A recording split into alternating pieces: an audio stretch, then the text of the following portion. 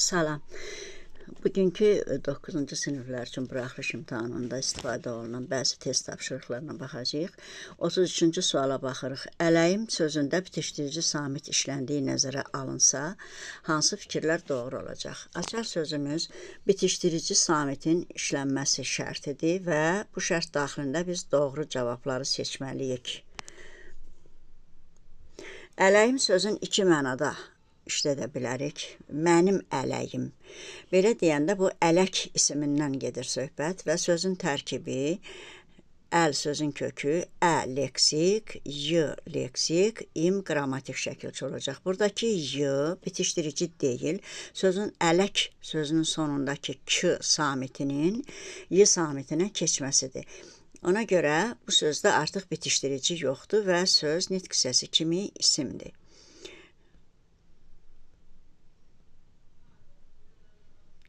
İkinci sözə baxırıq. İkincidə, deməli, mən ələyim, nə idim deyəndə bu söz artıq feil kimi çıxış eləyir və sözün kökü yenə əl sözüdür. Ə leksik, yim bütövlükdə qrammatik şəkilçisidir və burada y artıq bitişdiricidir və söz feildir. Deməli, biz sözün feil olan şərti ilə işləyəcəyik, çünki şərt bizdən bitişdirici samit olan variantı tələb edir.